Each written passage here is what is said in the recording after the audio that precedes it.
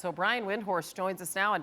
And Brian, when we talk about the Olympics, the NBA also has 108 international players on their roster at the start of the season. So they're going to be in contention to represent their countries. Everything really backing up and stacking on top of one another. What is problematic here? Everything. How about the fact that before they can even think about getting next season going, they have to figure out what their process is going to be for the restart, which is hopefully happening in the next 24 to 48 hours. They've been in close conversation with the union trying to organize that. But what happens next season, Hannah, is a completely different negotiation.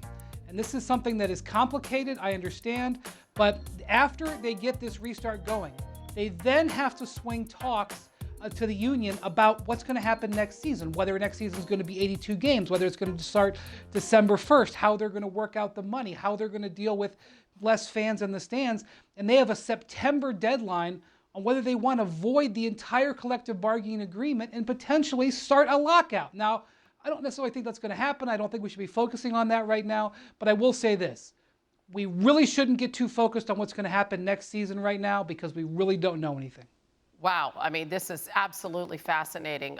Let me move you on to another subject that pertains to today, where the funeral for George Floyd was held in Houston. It has been more than 2 weeks since his death. And Madison Square Garden had not issued any kind of statement. They finally did. And they put out this tweet today, and it reads, and I quote, "Every one of us has a role to play in creating a more just and equal society where there is no racism, bigotry, violence, or hate. We stand with all of those who act for positive change." And I close the quote. And this, obviously, is a huge company, right? So it's a statement on behalf of the Rangers, the Knicks, the Rockettes, MSG Entertainment. And it follows these memos from James Dolan at the first of the month, was said they weren't in a position to offer social commentary. So, I mean, what's the bottom line here? What's the reaction to this statement? The way the Knicks have elected to handle this, or in the Madison Square Garden, however you want to frame it, has frustrated, angered, and disappointed everyone involved with the NBA, including people who work for that organization.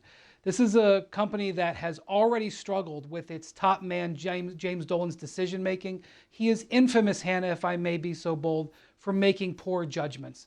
He has hired many people over the years, including a new general manager and president recently, Leon Rose, to help him make better judgments.